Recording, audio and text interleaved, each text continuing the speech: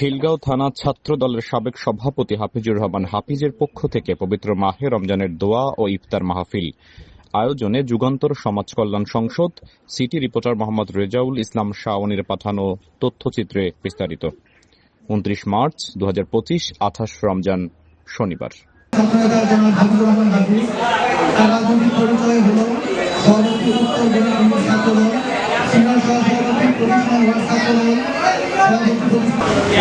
মাটি মানুষের নেতা যাকে তারা বাংলাদেশে যারা বিএনপি করলে কিনতে হয়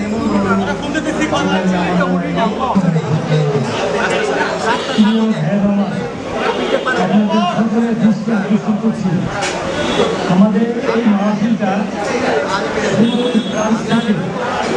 আমাদের ছাত্র দলের সোনালী ভাষা ছাত্রদল শিক্ষা দলের সাবেক সভাপতি ছাত্রদলের সোনালী ভাষা ছাত্রদল কেন্দ্রীয় কমিটি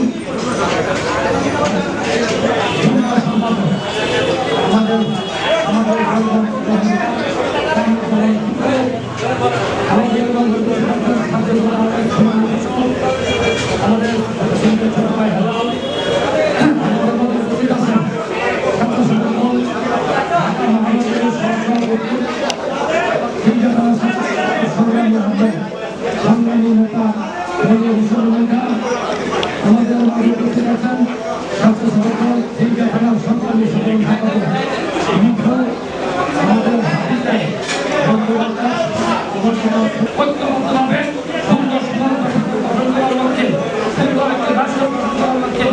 আগামী নির্বাচনে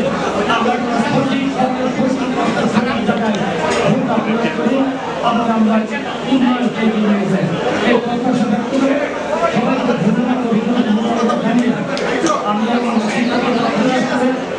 আমার বাড়িতে এসেছি। এই বাড়িতে এসে আমাকে ভালো লাগতেছে, আমার শরীরে ভালো না, তারপর আমাদের সবাইকে দেখে ভালো লাগতেছে। সবাইকে ধন্যবাদ।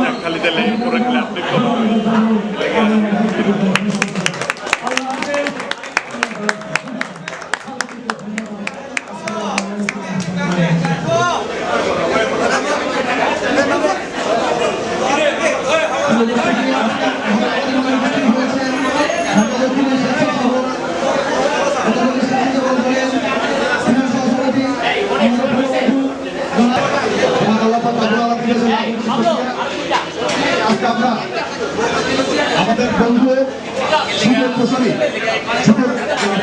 থেকে সবাইকে আমি চলে গেছে, কিন্তু বন্ধুদের ভুলে নাই, ছোট ভাইদের ভুলে নাই, বড় ভাইদের ভুলে নাই, এলাকাকে ভুলে নাই, রাজনীতি ভুলে নাই। হাফিজ সবকিছুর সাথে সবার সাথে আমি জড়িত আছি। আজকে হাফিজ সুদূর প্রসারী থেকে বাংলাদেশ জাতীয়তাবাদী দল বিএনপিকে সুসংগঠিত করার জন্য, শক্তিশালী করার জন্য সেই ভূমিকা পালন করে থাকে।